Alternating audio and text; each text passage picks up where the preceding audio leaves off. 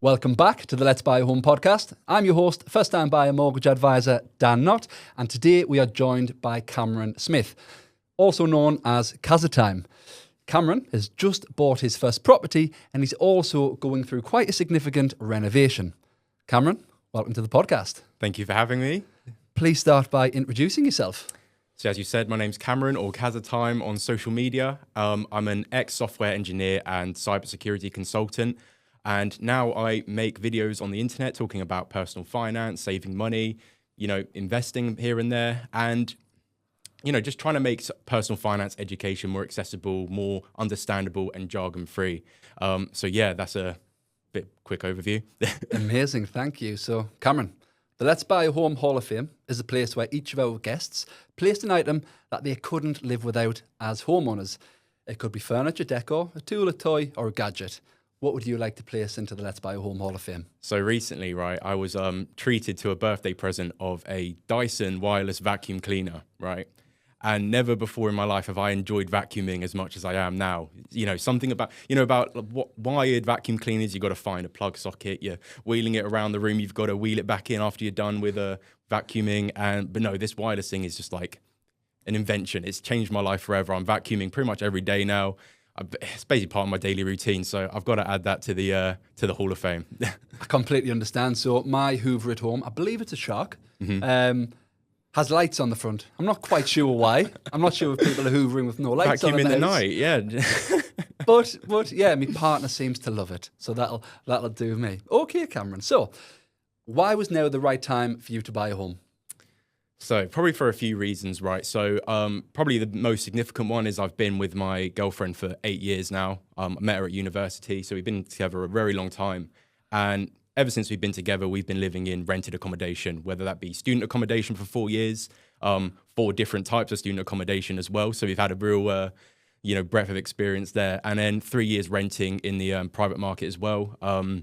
Just tired of renting, really, living in renter-friendly accommodation. Can't really, express yourself in your furnishings and your decorations.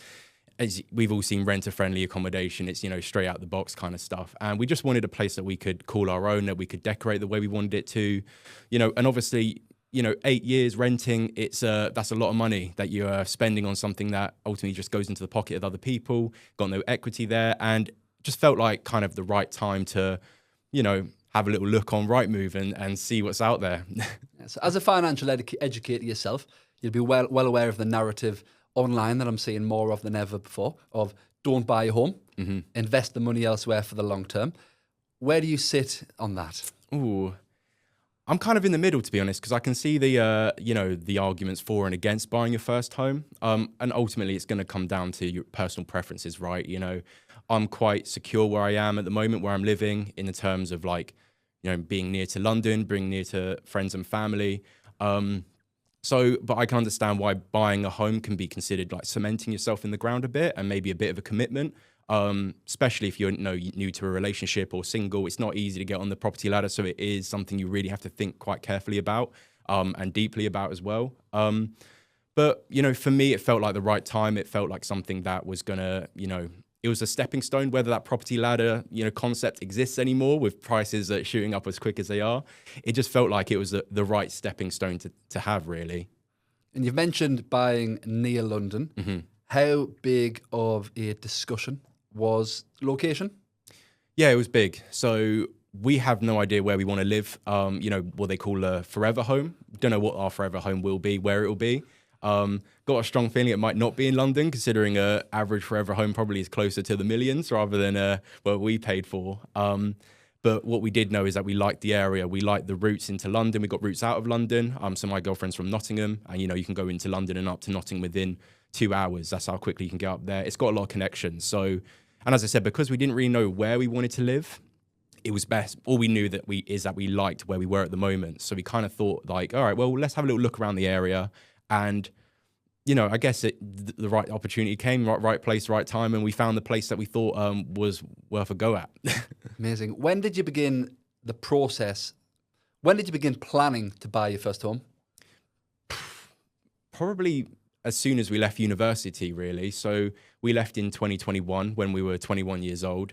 And I was already quite deep into this personal finance education journey and, making this kind of videos online. So I guess I was a bit more in the know-how of like what best to do with your money at this early stage of your life. So I managed to convince my girlfriend basically when we left university that we should probably start saving for these long-term milestones. Question was, where do you save your money? And obviously, I'm quite an advocate for the lifetime ISA because that's how I bought my home. But we'll get into that later. But pretty much from as soon as we left university and we were earning a salary, a guaranteed income, I managed to convince my girlfriend and myself, to be fair, that it was wise for us to start putting a percentage of our income into our savings for that long-term goal. We never knew when we wanted to buy a home.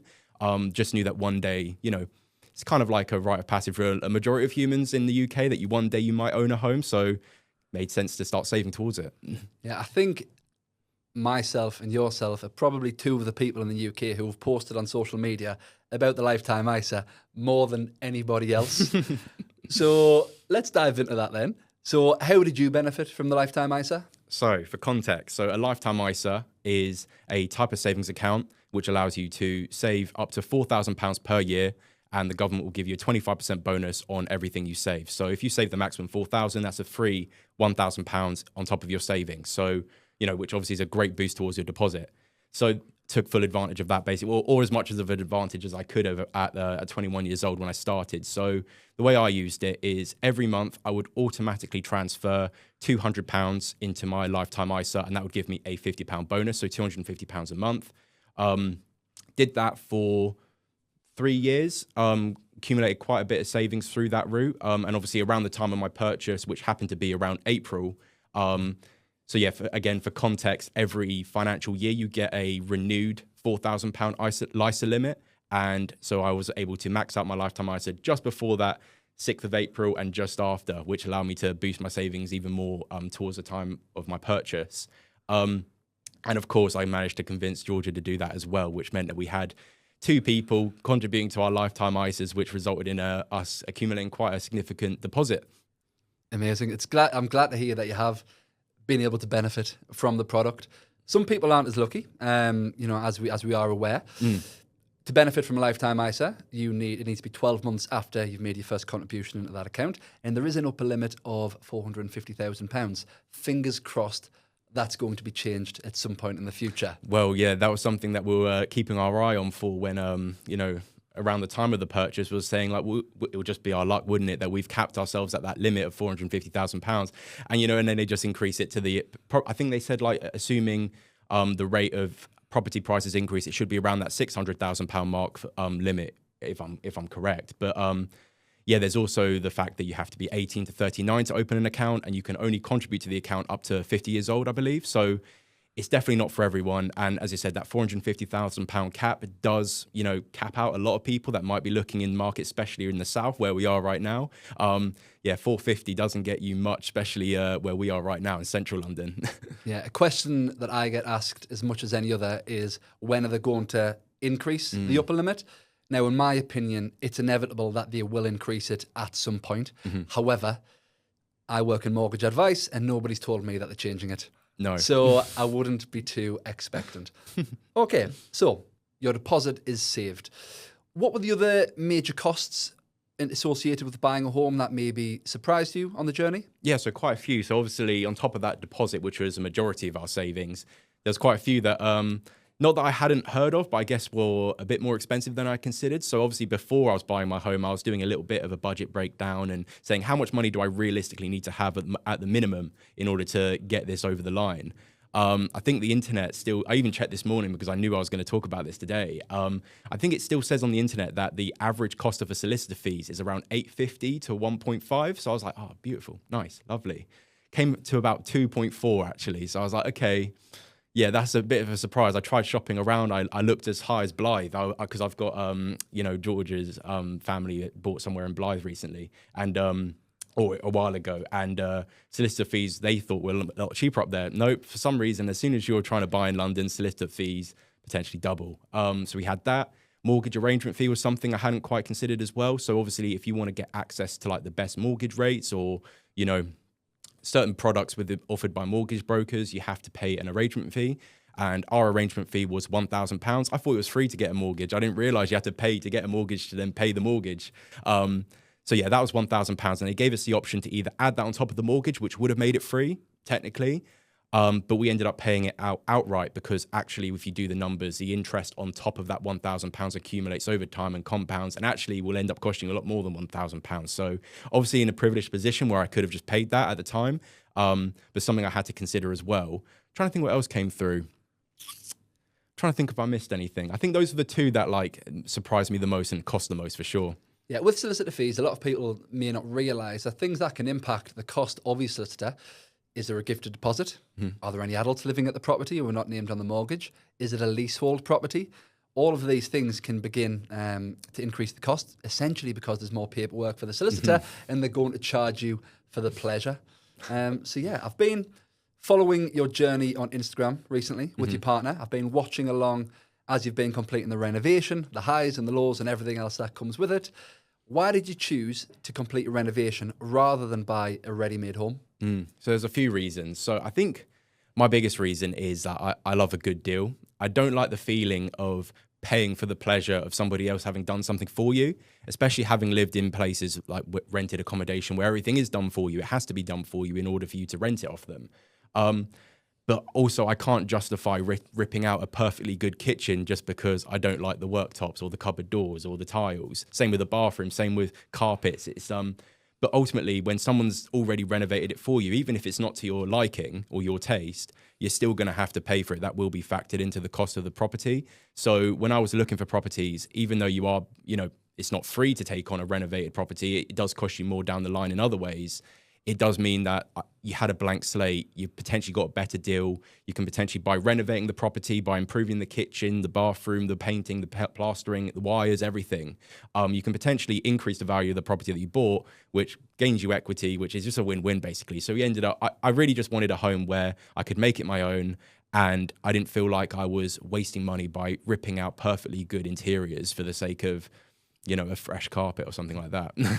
How have you found the renovation? Has it been smooth sailing? As smooth as it could be, to be honest. There's obviously been a few bumps in the road, a few stressful phone calls and a few starting from scratch situations. But generally it's been enjoyable, and I do have to pass a lot of that praise on to my dad for helping me with that. He's a heating engineer, but he's got a lot of experience with not renovating, but home DIY. He knows how much things cost. He has the network. He has the know-how. So without him, it probably wouldn't have been as smooth. I can imagine. Definitely not as affordable either, because with labor costs. But I think I've definitely learned quite a lot of lessons from doing a renovation. Obviously, number one being everything costs a lot more than you expect it to. So we originally had a set budget, and we ended up spending about £15,000 more than we originally budgeted for. And that was mainly because, you find things as you're going along. So as we were doing the rewiring and removing wood chip off the walls, wood chip wallpaper, you do find that, the plaster's not as good as we thought it would. We might have to replaster while you're doing the kitchen. What originally looked quite all right on the in the house viewing when you originally do it, you get a closer look, you're like, I'm ripping it apart anyway, might as well start again. So it does, these costs add up. So we did end up spending a lot more than expected. Another thing we kind of learned is that you can't trust people to get things right the first time or do things exactly how you want them to. I can name things on two hands at least of things where you kind of thought, okay, I've told them what I want, it'll be done the way I want it. But you kind of, and you go back the next day and you're like, I should have really checked up before I gave you the go ahead. So for example, socket's not quite in the right position, whereas I thought a cross on a floor plan was enough. Carpet, he originally measured when there were fitted wardrobes, then we removed the fitted wardrobes and he didn't check to see if we'd removed them yet. So he we were missing about 30 centimeters of carpet along the end of the room, which we then had to fix. Kitchens as well, we didn't go through a end-to-end service like Wren's or something like that. We went with Howden's, which does mean that, you do your floor plan, you do the kitchen design, but when he delivered the stuff, we were missing bits. It wasn't quite the right size. So many problems in that respect. And yeah, as I said, it's been a generally smooth journey, but like with everything, there's a bit of volatility up and down. I can understand. So I renovated my home last year, and we had a baby on the way, and we're on a very tight time scale, and we needed things doing. So a mistake that we made, we were sort of forced into a corner with it, but a mistake that we made was our tradesmen were the most available that we could get. And a lesson that we've learned is that if you need half of your house plastered and the plaster is available to do the full job next week, there's probably a reason for that. We had plasterers, joiners, electricians, painter decorators, everybody. And to be honest, the only person I would recommend would be our painter decorator. Apart from that, it was all a little bit of a struggle, but we are aware the reason for that is because we just went for the most available people because we wanted everything done before baby came. So that's definitely a lesson that we learned. Can you relate at all? Ooh, no, because I'd say like a lot of the tradesmen that we were working with were through connections with my dad. So we did have that kind of rapport with them. You could try, they weren't like strangers in that respect. Yeah. But I can imagine like, you know, going with tradesmen that you've never worked with before that you potentially don't even have like, you know, you've got some reviews on Checker Trade, but you don't really have a word of mouth recommendation. It can be like running a business with strangers, right? You're kind of hoping it all goes in the right direction, but everyone's an individual cog moving at their own speed. But it sounds stressful with, how long did you have? 9 months or a bit less? No, so we had around about 2-3 months. Wow. To get it done. So it was a case of plasterer, the first plasterer we could get for a couple of weeks' time, maybe it was. Painter decorator who could come the exact week after. Maybe the joiner to come the exact week after that.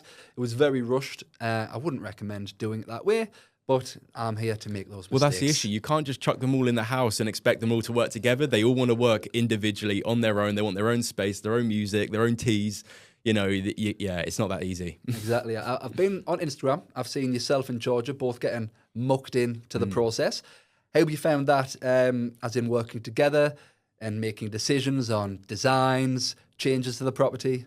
Yeah. So, yeah, we wanted to get as hands-on as possible, really. So pretty much anything that was non-technical, non-professional, like demolition, you know, bit of painting here and there, you know, mostly the demolition stuff. That was the easiest. You know, I'm good at breaking stuff. Baking stuff, not so much. So we wanted to get as hands-on as possible, and that obviously saved us a lot of money in like labor costs and you know, disposal fees, all that kind of stuff. So that was really good. But in terms of like working together, we were quite good, really. So the properties from the 1960s. So what I was quite keen to do was kind of like not make it something it wasn't. I didn't want to make it look modernized. I kind of just wanted to restore its original features. So there was stuff like the original parquet flooring that originally just been carpeted and stapled down. So thanks whoever did that back at 20 years ago, I imagine.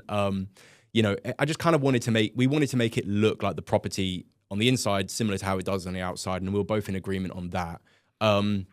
And yeah, generally we just, you know, spent time going to different showrooms, went to somewhere called Wow House. I don't know if you heard of that. It's like an exhibition where they show like real interior designy bits and bobs.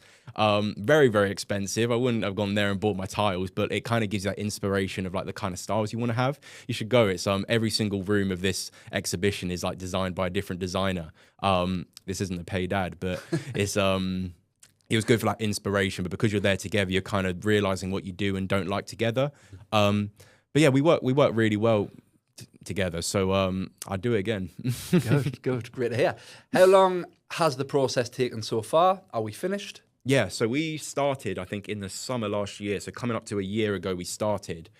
So in, I think, July. And it took 7 months before we moved in. Mm-hmm. We definitely wanted to get it a bit quicker done, but as I said, everything takes longer than you think it will.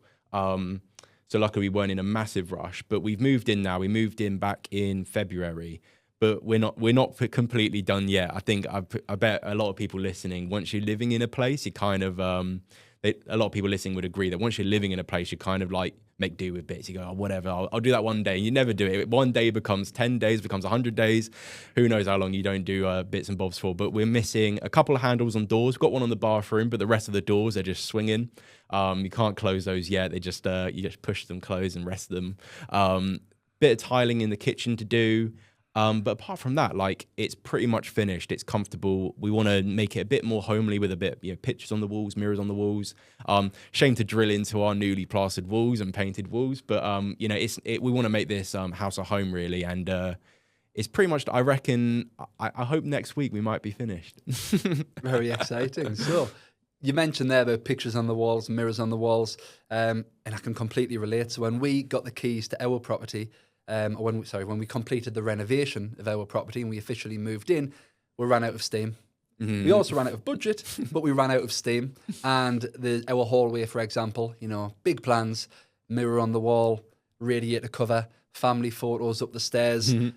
We've been in a year, none of that's been done, because there always seems to be something more important to spend money on. And I feel like we ran out, when it was livable and it was nice and it was a family home, we maybe lost the passion to continue putting more money into it. But I think that's maybe just the reality of the journey. Yeah. It's not always going to be a show home. Yeah, you're right. 100%. I agree with that. But even my mum was saying I need to put up some more pictures of us because it is looking a bit like a show home. But I think once we kind of get into the groove of things and move in properly and make it a home, it will start looking better. Were there any lessons that you've learned the hard way when renovating your first property? Renovating? I think so. Apart from the ones that I've mentioned already, like everything costing more and you're not having to trust everybody to get things right the first time, I guess everything taking longer than expected is kind of like something you've had to learn the hard way. So we were originally probably starting all the way from day one, the solicitors took way longer than we thought it would.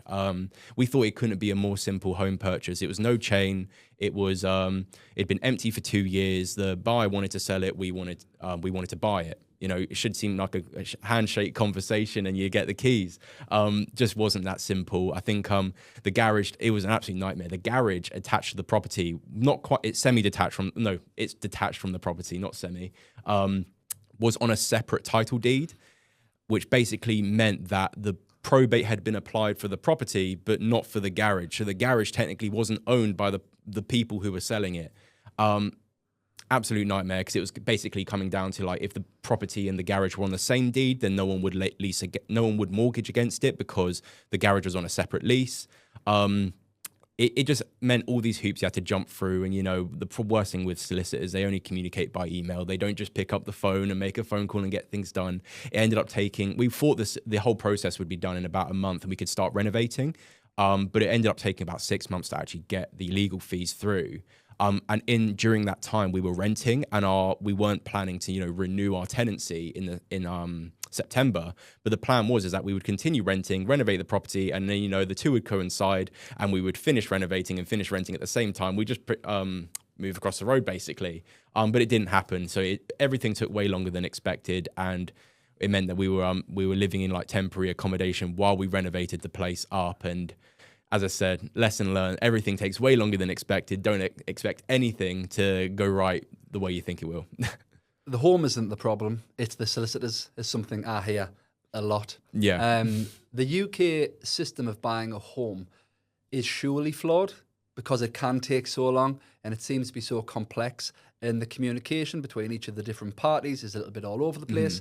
As you've mentioned, with solicitors, and we do have to say it's not every solicitor, but it is a lot of them.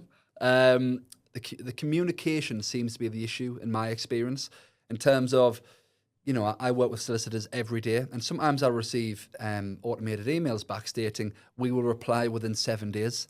And to me, that's ridiculous. That can't be the case. Well, that's 7 working days. So they'll be back on Wednesday if you email them on Monday. Exactly. And the way I run my business as a mortgage advisor is a lot of the communication is via WhatsApp. Reason being, that is how people communicate now. But it doesn't seem to have caught on yet with a lot of the legal profession. And I think the legal part of buying a home, it is the most frustrating part because it's the part that takes the longest. And it's also the part that we understand the least. And I think solicitors, I understand they are very busy, often overworked, but a huge help would just be communicating better, providing clarity of this is what we're waiting for, this is why it's important, this is how it fits into the house purchase, and this is why you need to wait for it. Yeah. And I think that small change, if possible, would make the experience so much better for a home buyer. Especially for the cost you're paying them as well. You'd expect a bit better communication for sure. Exactly. Yeah, I've actually just, a solicitor that I work with, I'm actually going through a change at the moment just because the service being provided to my home buyers, it's important to me that it's on point and they're happy. and they know what's happening. And they're not coming to me panicking in 2 months' time because they haven't had an email for a week. But yeah, what you've said there, you're certainly not the first person Good. to have had that problem. And there'll be many listeners who are likely going to have the same problem, unfortunately. Of course, yeah. I can actually, for myself, I'm a mortgage advisor. I work in property. I know solicitors. I know estate agents. My house purchase took just about bang on 6 months.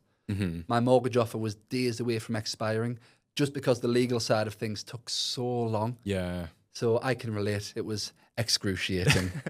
Okay. Perfect. So, would you recommend a home renovation to a first-time buyer? It really depends who you're talking to, really, because it isn't an easy feat. It's definitely not something you should just take on without real due diligence and full understanding of what you're getting yourself into. As I said, me having my dad and his experience and his network and his kind of like guidance definitely made it a lot more of a comfortable decision. Going at it completely alone, I probably would have reconsidered, especially, you know, when you're just going on Checker Trade and you're getting somebody who's free next week and complete it with a week. I couldn't imagine the stress of like hoping they get it right, because you are spending a lot of money and a lot of time. And I said, like, you know, if you're living there while you're doing it, you can kind of relax a bit. But because we were up against the wall with that. We had a bit of a deadline on our heads. But I would say, like, buying a renovation property, you know, a non-ready-made home, depending on where you are, obviously can save you a lot of money, and obviously give you that added benefit of the equity if you invest your money right in the renovation. And yeah, no, we're in an economy where getting on the housing ladder is so hard. Sometimes you might have to consider doing things that other people don't want to do. A lot of people don't want to touch a renovation because it's messy, it's stressful, it's expensive. You know, they don't know what they're doing. They will just go down the route of buying a ready-made home, but they will pay for that privilege by spending a bit more than potentially getting a kitchen they're not quite a fan of, or, you know, potentially carpets that they don't like the color of. So it's definitely worth considering. And I think it is a case of right place, right time. You'll know if it's something you're willing to take on. As I said, this renovation that we did was a real blank slate. It needed electrics doing, it needed plastering doing, floors doing, kitchens, bathrooms. There wasn't a single part of it that is original from the day we bought it, except the parquet flooring, but that was originally covered up with carpet. But it's just, it's worth having a look at. It is a lot of fun as well. And obviously I had the added benefit of being able to document it a bit and make content about it. And obviously as somebody who would consider themselves quite money savvy, it kind of builds to my character as somebody who's like, I wanted a good deal. So yeah, I think we'll see when we get it revalued if it paid off. I'll make a video about it. What was the feeling like when you obviously had your house keys already, the renovation was done, and you had your first night in the home together? Yeah, that was really weird.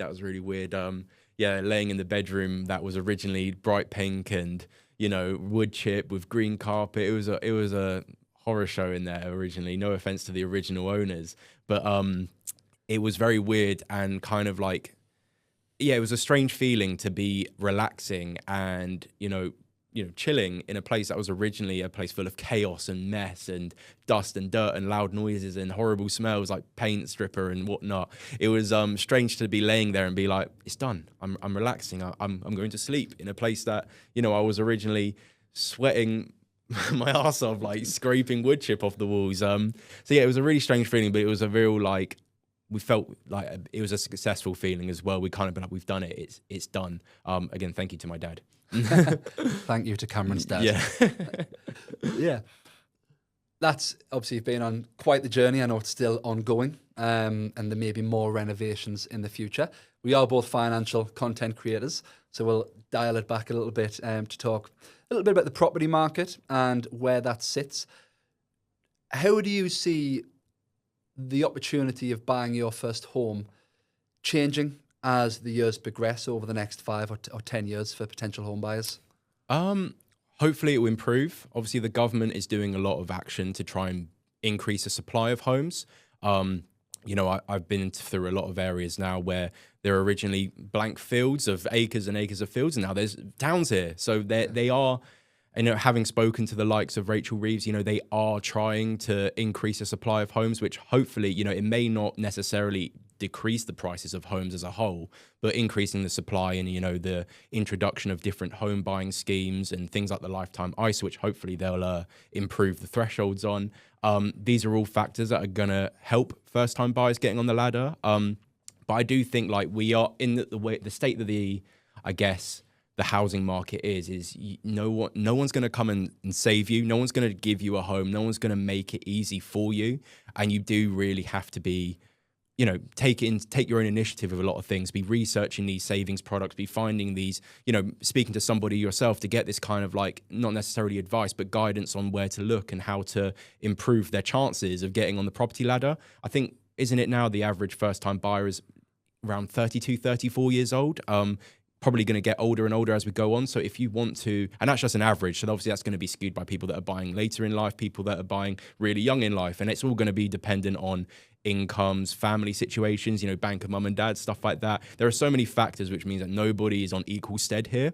So if you've not got those safety nets and you've not got, that kind of knowledge, I do suggest like going out there and just educating yourself and learning about these things. And, I can look back when I was 21 years old and I can say thank you for like starting early. And I think that's the biggest power, is starting as early as you can, even if it's with small amounts of savings or, taking advantage of things like the lifetime ISA. The sooner you start, the more these habits are going to build, and, these, decisions compound up to a day like buying your first home.